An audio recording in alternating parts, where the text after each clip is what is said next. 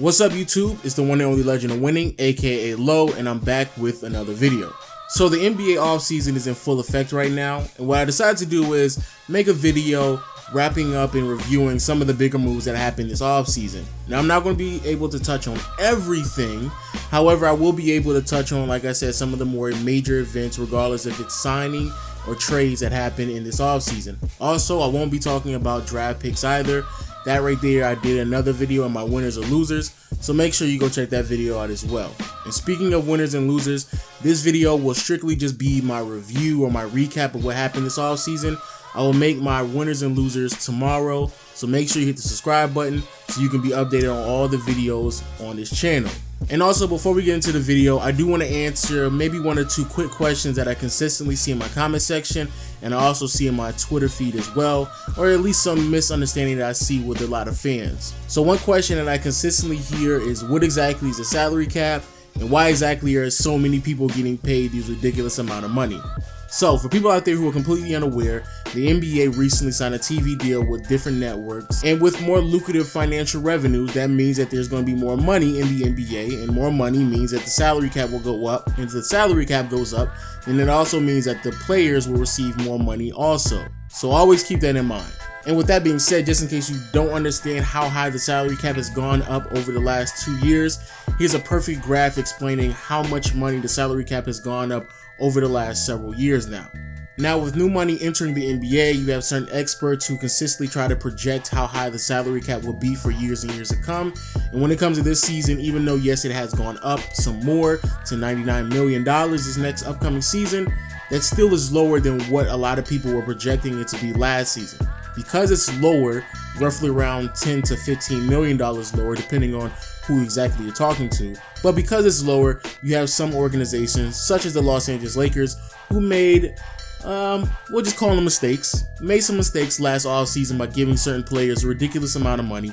And now this year, along with a bunch of other teams, are now trying to correct their mistakes and trade some players away to other organizations and receive either some financial leverage so they can move some pieces around, or at least easier to move some pieces, or at least get some expiring contracts so they can kind of restart all the way over when it comes to the salary cap. So with all that being said, let's actually swing into the trades real quick and talk about some of the bigger trades that happened this offseason and why exactly some of the teams did it. Like I stated before, you had the Los Angeles Lakers, who did a very controversial trade earlier this offseason, trading away both D'Angelo Russell and Timothy Mozgov, and in return only receiving Brook Lopez and the late first round pick. Again, like I stated before, the Los Angeles Lakers needed financial leverage, so they receive an expiring contract in Brook Lopez, is $20+ million that will eventually get off the cap. And in return, the Brooklyn Nets, a team that really doesn't have any draft picks, or at least any good draft picks for the last several years, and they don't have their next year draft pick either, they receive a young asset in D'Angelo Russell, who has a lot of potential, and they also have to bite the bullet on Timothy Mozgov and the contract that he's receiving, which is a bit too much, especially in today's NBA. Moving on to the next trade, you have the Atlanta Hawks and the Charlotte Hornets getting into a transaction. Atlanta gained Marco Bellinelli, Miles Plumlee, and a second round pick, and in return, the Charlotte Hornets received Dwight Howard and a second round pick. When it comes to the Charlotte Hornets, Dwight Howard is a bit more consistent than Miles Plumlee, and also when it comes to his contract expires the same year that Kemba Walker contract expires as well. So not only will they have Kemba Walker off the books, but also Dwight Howard and his $20+ million that he's making. So that leaves them with enough money to give Kemba Walker the max contract, along with a little bit more wiggle room to add a couple more pieces around that Charlotte Hornets team. And also, before we get into some of the bigger trades, you have Avery Bradley in the 2019 second round pick from the Boston Celtics to the Detroit Pistons, and in return the Boston Celtics received Marcus Morris. Marcus Morris financially is a much better contract, and he's under contract for 1 more year. And on the other hand, you have Avery Bradley being sent to a team that desperately needs some spacing and some defensive toughness on their perimeter. However, we all know about the bigger trades that happened this year. Paul George being sent to OKC, and in return, Indiana received Victor Oladipo and Sabonis. OKC may potentially lose Russell Westbrook next year, so they definitely want to push themselves in title contention mode and hopefully convince not only Russell Westbrook but also Paul George to stay on the organization. And then on the other hand, you have Indiana. massive questions on what exactly Indiana is doing. You would believe that there would be better options out there for Paul George.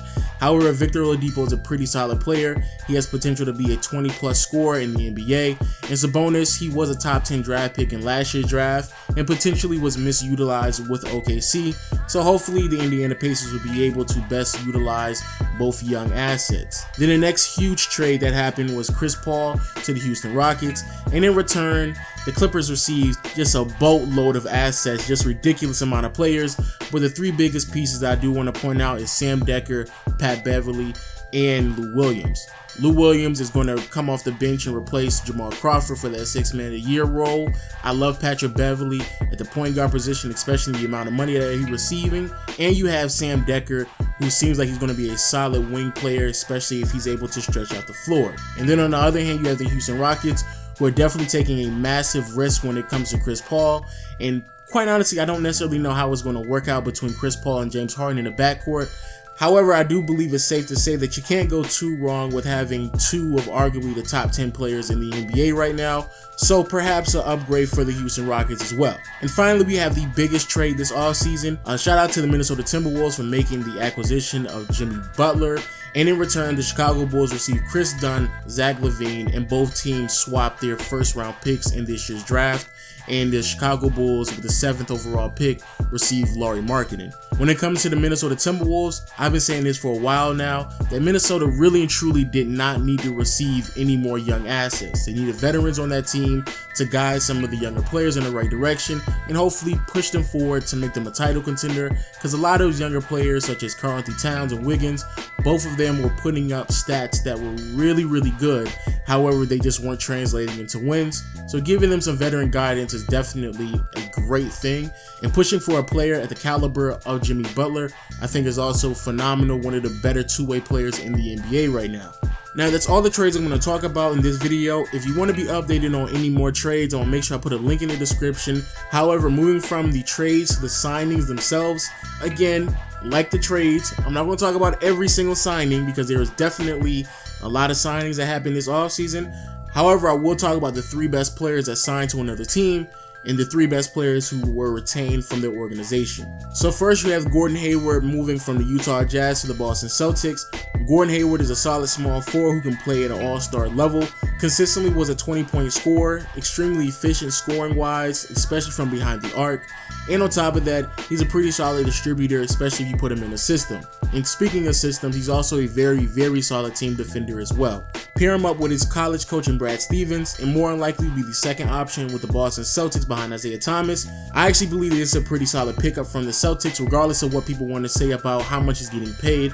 4 years for $128 million to me makes sense. And even though it's not the biggest move that they have to make to push him over the top, it's definitely the first step in the right direction. After that, we have Paul Millsap going from the Atlanta Hawks to the Denver Nuggets. Paul Millsap will give you consistent scoring, great passer, excellent defender, and even though yes, 3 years for $90 million may seem like a lot, especially from a player who's 31 years old, Paul Millsap's veteran leadership should definitely aid the development of the young players, especially Jokic on that Denver Nuggets team, so I think it's a very solid signing. And then finally, we have Jeff Teague joining the Minnesota Timberwolves. And again, I have to give it up to the Minnesota Timberwolves. They definitely were one of the bigger winners in this year's offseason. Jeff Teague is a very consistent scorer, and if he's going to be your third or potentially even fourth option on the team, you should be able to get some efficient productivity from him, especially offensively. And to sign him to a 3-year, $57 million contract is great. Now we move to the players that were retained on their original team. First, we have Blake Griffin, who signed a massive 5-year, $173 million contract. To me, signing Chris Paul to that max contract would have been ridiculous. Just give the money to Blake Griffin, make sure he's a part of the franchise, because the Clippers have seen more success in the last 5 years than they have ever achieved in their entire existence, and just to throw that away would just be ridiculous. Then moving on to the Toronto Raptors with Kyle Lowry and Serge Ibaka. Very similar to the Los Angeles Clippers, Kyle Lowry has been part of the winningest era in Toronto Raptors history, so again, just to throw that away really doesn't make any sense to me. And hey, who knows? Adding Serge Ibaka to that team for an entire season may build some chemistry and build something that's a bit more promising than what they were able to achieve last year. And finally, we had Jrue Holiday staying with the New Orleans Pelicans. Personally, I think Jrue Holiday is one of the more underrated players in the NBA. Obviously, with the amount of injuries that he's received over the last several years, it's kind of hard to rate where exactly he is talent-wise, especially compared to his peers. Hopefully, he's able to stay healthy so he'll be able to display his talents to the rest of the world, and I do believe it's a solid pickup for the New Orleans Pelicans.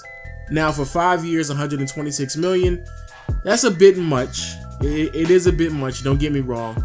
However, the New Orleans Pelicans, they are a small market team, and the only way that they will be able to retain any type of assets is by spending that money. So hey, I can't hate on the Pelicans.